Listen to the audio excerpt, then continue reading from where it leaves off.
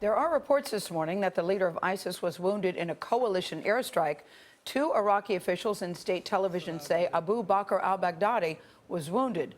The Pentagon is not confirming these reports. On Sunday's Face the Nation, President Obama told Bob Schiefer that the United States is entering a new phase in the fight against ISIS. He says sending 1,500 more American troops to Iraq will help that country launch an offensive against the Islamic militants. Former CIA Deputy Director Michael Morrell is a CBS News senior security contributor. He joins us from San Diego. Michael, good morning. Good morning, Nora. U.S. officials this morning are not confirming that al-Baghdadi has been killed or wounded. But what do you think about the significance that we may have struck him?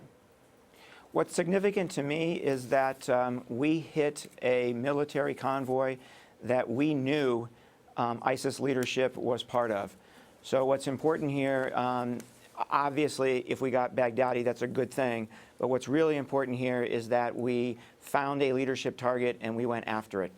But Mike, how good is our intelligence if 2 days later we still don't know if he's safe or wounded or killed? So this was a convoy that we struck that we knew was a leadership convoy. That takes very good intelligence. What happens in the aftermath? There's no pattern that I've ever seen. Sometimes we learn very quickly that somebody has been injured or killed, and sometimes it takes days and even weeks. It all depends on how these groups handle these kind of things. If the reports are true, Mike, how concerned should we be about people stepping up to take his place?